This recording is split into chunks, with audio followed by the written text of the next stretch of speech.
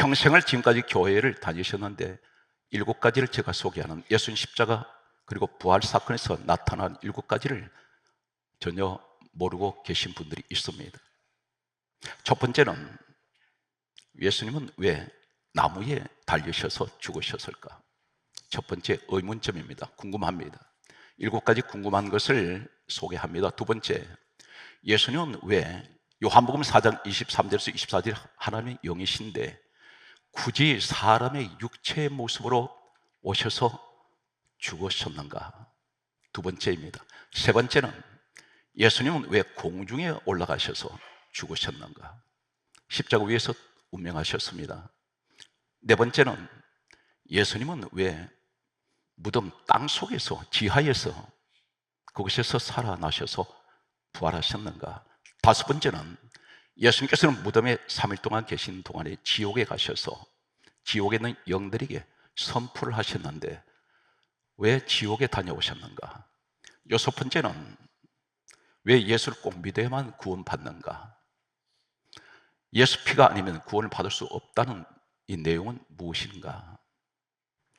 일곱 번째는 오늘 본문 말씀에 하시는 말씀이 십자가에서 마지막 숨 거두실 때 다 이루었다 하신 이 말씀은 무엇을 다 이루셨다는 말씀인가?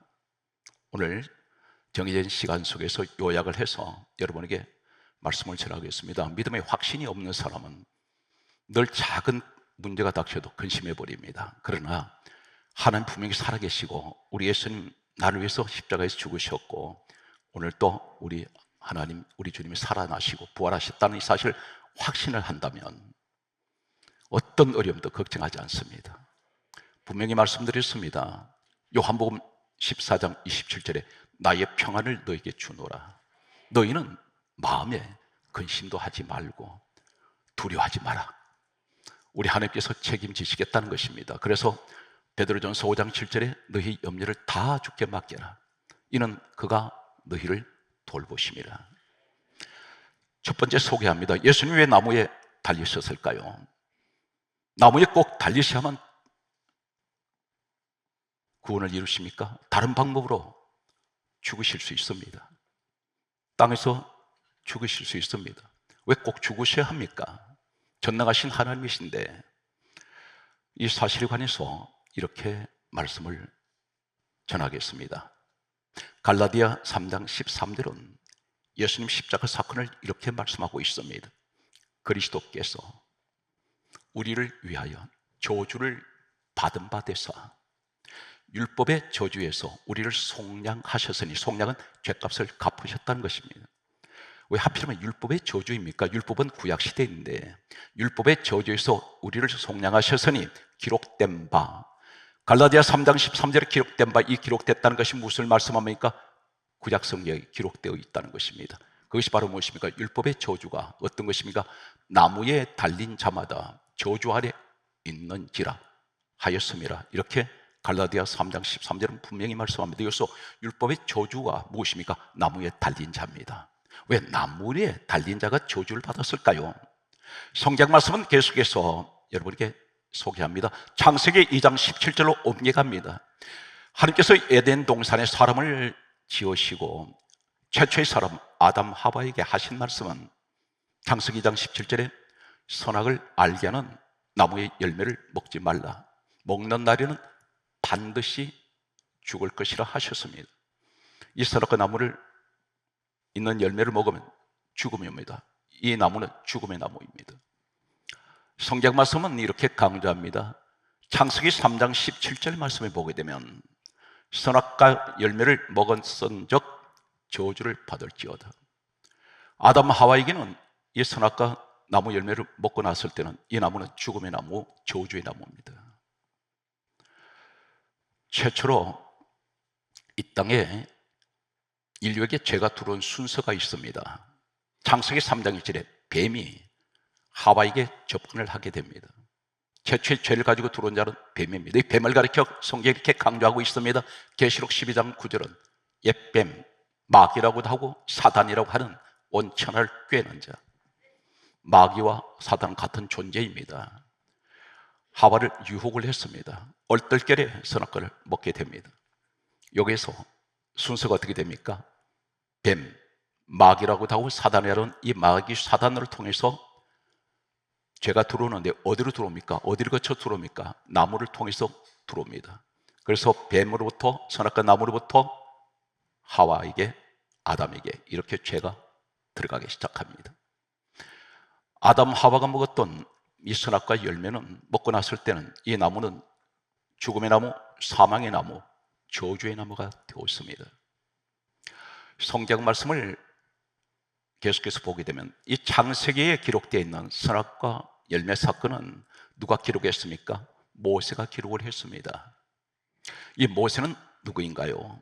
예수님께서 이 땅에 오시기 전, 정확하게 BC 1450년에서 1400년 사이에 이 땅에서 그는 이스라엘 백성들을 가나안 땅으로 40년 광야를 거쳐 인도했던 사람입니다. 이 사람은 다섯 권의 책을 시내산 꼭대기에서 40주야 금식을 하면서 하나님을 만났고 하나님께서 주신 말씀을 기록을 하게 되는데, 성경은 이렇게 말씀합니다. 요한복음 1장 17절은 율법은 모세로 말미암아 주어진 것이라. 모세가 기록했던 다섯 권의 책, 창세기, 출애굽기, 레위기, 민수기, 신명기, 다섯 권의 책을 가리켜 모세 오경이라고 부릅니다. 그런데 여기서 한 가지 중요한 것은 누가복음 24장 44절에는 모세의 율법이라고 부릅니다.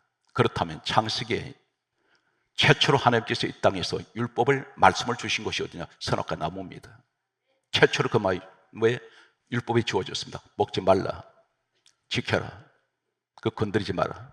이것은 율법은 지키라는 것입니다. 최초에 율법이 주어진 것이 선악과 나무였다는 것입니다.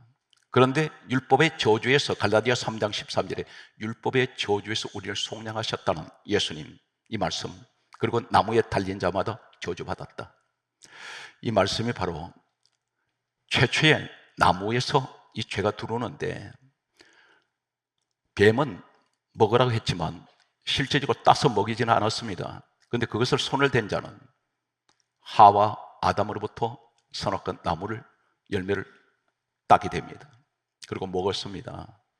성경 말씀은 이렇게 강조하고 있습니다. 갈라디아 3장 13절 말씀을 다시 인용을 하겠습니다. 그리스도께서 우리를 위하여 저주를 받은 바 되사 율법의 저주에서 우리를 속량하셨으니 기록된 바 나무에 달린 자마다 저주 아래 있음이라 하였습니다. 율법의 저주는 나무라는 것입니다. 그런데 예수님께서 오셨습니다. 십자가 나무를 짊어지셨습니다. 최초에 예수님 운명하시면서 피를 흘린 자리가 어디입니까? 나무였습니다. 사람이 죄를 지으면 예수 피는 사람이 죄만 정결하게 합니까? 그렇지가 않습니다. 요한일서 1장 7절에 이렇게 말씀하고 있습니다. 예수의 피가 우리를 모든 죄에서 깨끗하게 하실 것이요, 사람이 죄뿐 아니라 예수님 피는 어떠한 능력이 있을까요? 히브리서 9장 22절 말씀을 보면 모든 물건이 피로서 정결하게 되나니 피 흘림이 없은즉 사함이 없느니라. 죄사함이 없습니다. 그런데 여기서 앞에 전제가 뭡니까? 모든 물건이라 있습니다. 모든 물건, 이 모든 물건이란 말은 헬라어 원문을 소개하겠습니다. 신약 성경은 원문이 헬라어입니다. 영어 성경 수없이 번역되었습니다. 한글 성경은 수없이 번역됐기 때문에 원문의 의미가 희석되어 있습니다. 정확한 내용은 히브리서 9장 22절에 모든 물건이 피로서 정결하게 되나니 피 흘림이 없은즉 사함이 없는들, 모든 물건, 헬라의 원문에 따라서요, 파스, 따라하시겠습니까? 파스. 이 파스란 똑같은 헬라어 원문이 어디에 사용되고 있냐면 로마서 11장 36절에 보게 되면 만물이란 말이 파스입니다. 이 말을 모든 물건, 히브리서 9장 22절에 모든 물건 대신에 여기다 만물을 이야기하면 만물이 피로서 정결하게 되나니 피 흘림이 없은즉 사함이 없는, 똑같은 파스입니다. 한 군데만 더 말씀을 드리면 요한계시록 21장 27절에 보면 성경이 강조합니다. 무엇이든지. 이 말이 파스입니다. 히브리서 9장 22절에 모든 물건의 피로서 정결하게 되나니 피 흘림이 없은즉 사함이 없느라, 이 말이 모든 물건을, 여기는 무엇이든지 피 흘림이 없은즉 사함이 없느니라. 오늘 모든 물건이 피로서 정결하게 되나니, 무엇이든지 피로서 정결하게 된다는 말입니다.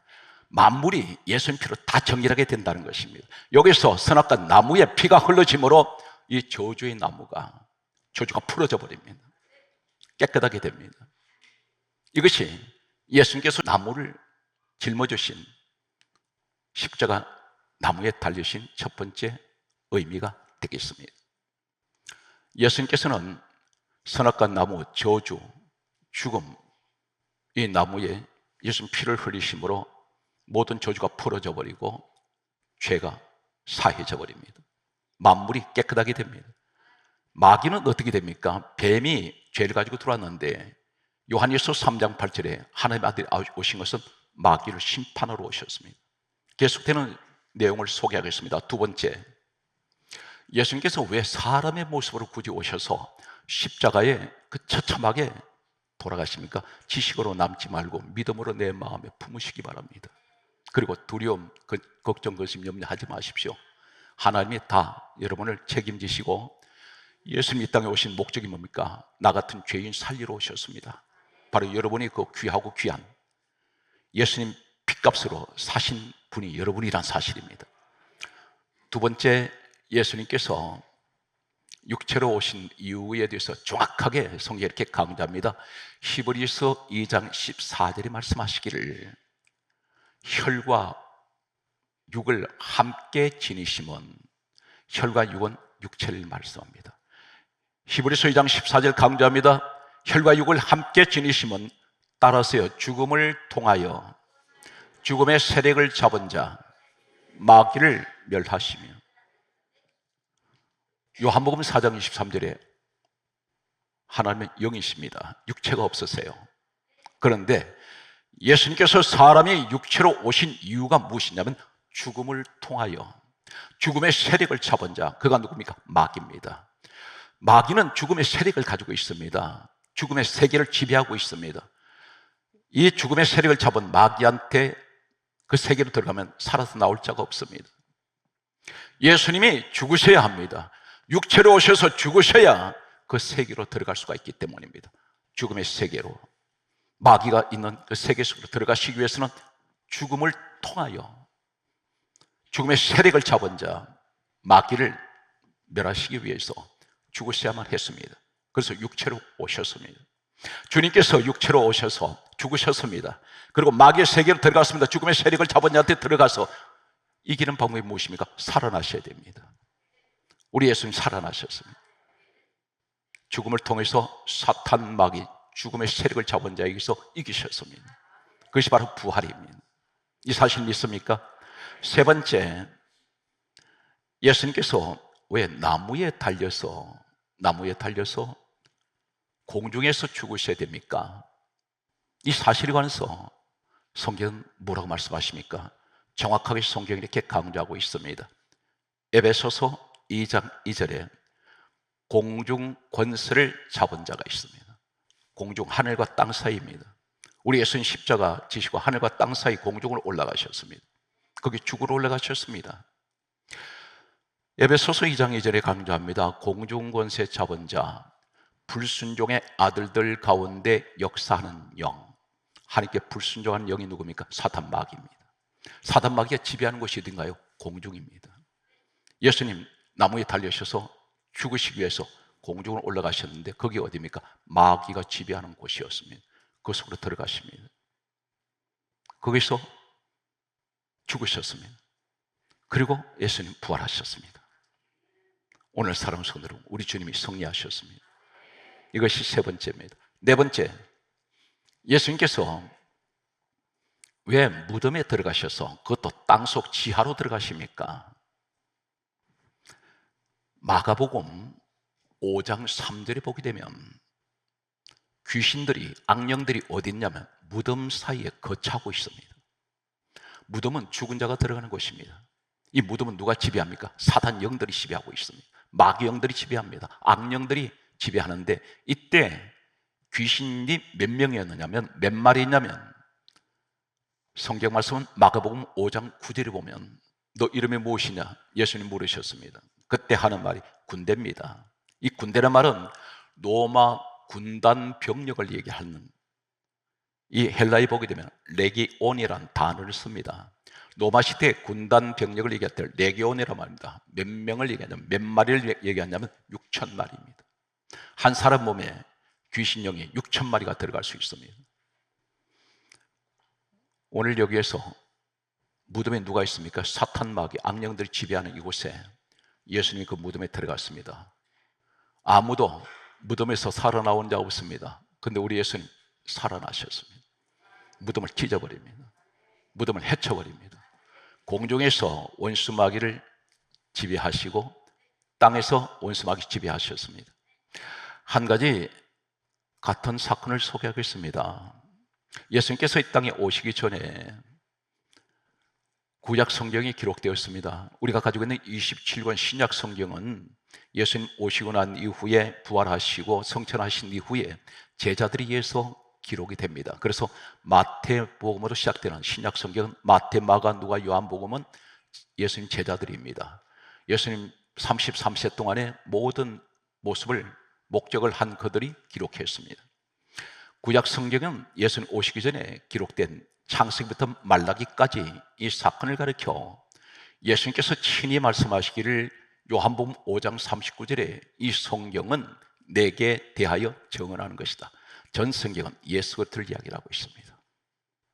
교회 나오셔서 무슨 말씀 들으시려 합니까? 인생을 살아가는 테크닉을 배우십니까? 돈 많이 버는 경영학을 가르치는 곳입니까? 윤리 도덕 가르치는 곳입니까? 아닙니다. 예수 제대로 믿어보십시오. 그러면 내가 똑바로 살지 말라고 해도 똑바로 삽니다. 진실하게 살게 됩니다. 진정으로 예수를 만난 사람, 그리고 하나님께서 물건도 부어주십니다. 병도 고쳐주십니다. 모든 것은 그분이 다 주관하신다는 사실입니다. 제 목회 현장은 늘 기적 가운데 왔습니다. 성경 말씀을 보게 되면 모세가 기록했던 민수기 말씀이 있습니다. 민수기 21장 8절에서 9절에 보게 되면 불뱀들이 나와서 한 백성들을 물어서 죽였습니다. 이 뱀은 계시록 12장 9절에 마귀 사단이라고 했습니다. 마지막 이 시대를 모습을 보면 세상 밖에는 이 뱀을 상징하는 마귀 사단으로부터, 마귀로부터 물려가지고 죄 가운데 죽어가는 사람이 많이 있습니다. 그런데 하나님께서 이렇게 말씀합니다. 놋뱀을 만들어 장대 나무에 달아라. 그리고 그것을 바라보는 자마다 다 살아나리라. 이 사건이 예수님하고 무슨 관련이 있을까요? 분명 전 성경은 예수 그리스도를 말씀한다고 했는데 성경을 옮겨가겠습니다. 요한복음은 3장 14절에서 15절 말씀에 보게 되면 성경은 다음같이 말씀하십니다. 예수님이 친히 말씀합니다. 약 1500년이 지난 후에 예수님이 이때 놋뱀 사건을 가르쳐 하시는 말씀이 모세가 광야에서 뱀을 든 것 같이 인자도 들려야 하리니 이는 그를 믿는 자마다 다 영생하리라. 예수님 이야기를 하는 것입니다. 모세가 장대 뱀 들었는데 그것이 인자가 들려야 한다.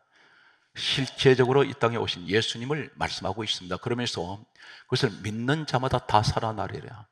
사랑하는 성도 여러분, 우리 십자가를 바라볼 때 예수님이 거기 죽으셨다고 이렇게 바라봅니다. 그런데 성경은 그렇게 말씀하지 않습니다. 나무에 누가 달렸습니까? 뱀 달렸습니다. 너 이것을 보느냐는 겁니다. 무슨 말입니까? 너의 눈에는 내가 십자가에 달려서 죽은 줄 아느냐? 그게 누가 달려있느냐? 뱀이 달려있지 않느냐? 내가 십자가에서 내가 죽은 것이 아니라 그게 사탄 마귀를 내가 심판한 자리다. 그래서 뱀 달아놨다는 것입니다. 네가 이것을 믿느냐? 믿는다면 너에게 영생이 있다. 할렐루야. 전부 우리 주님이 이기셨습니다. 사랑하는 성도 여러분, 얼마나 힘들고 어려운 인생을 우리가 살아가고 있습니까? 날마다 파도처럼 밀려오는 크고 작은 문제 앞에 우리는 속수무책일 때가 있습니다. 마치 내 인생의 난파선이 되어서 나침판 없이 어디가 등대불이 있는지도 보이지 않습니다. 방향 감각이 없습니다. 이리저리 휩쓸려 물 위에 떠다니는 낙엽처럼 홀로 가고 있습니다. 그러나 주님은 우리를 방심하지 않습니다. 성경 말씀은 이렇게 강조합니다. 잠언 16장 9절에 하시는 말씀이 사람이 마음으로 자기 길을 계획할지라도 그 걸음을 인도하시는 이는 여호와 하나님이시라. 우리 하나님이 내 가는 길을 인도하고 계세요. 그래서 성경은 너희 염려를 다 주께 맡기라. 제 목회 현장에는 인간이 어떤 생각을 해서 목회가 되는 것이 아니었습니다.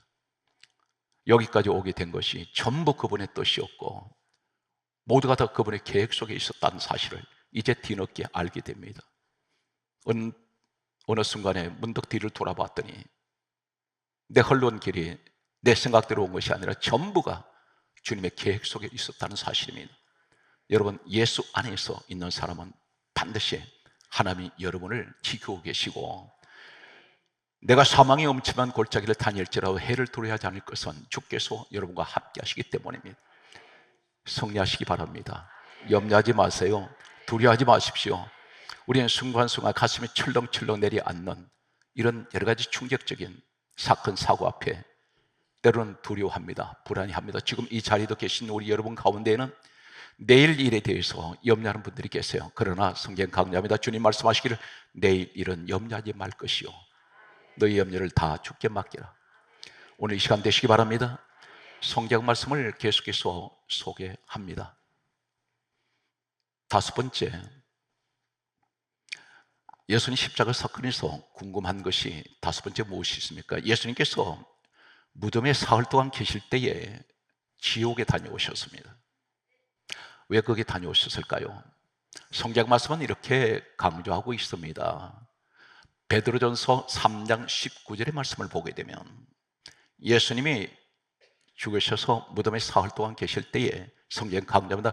영으로 가서 옥에 있는 영들에게 선포하니라. 이 옥이란 이 말이 무엇을 말하냐면 헬라어는 필라케입니다. 필라케.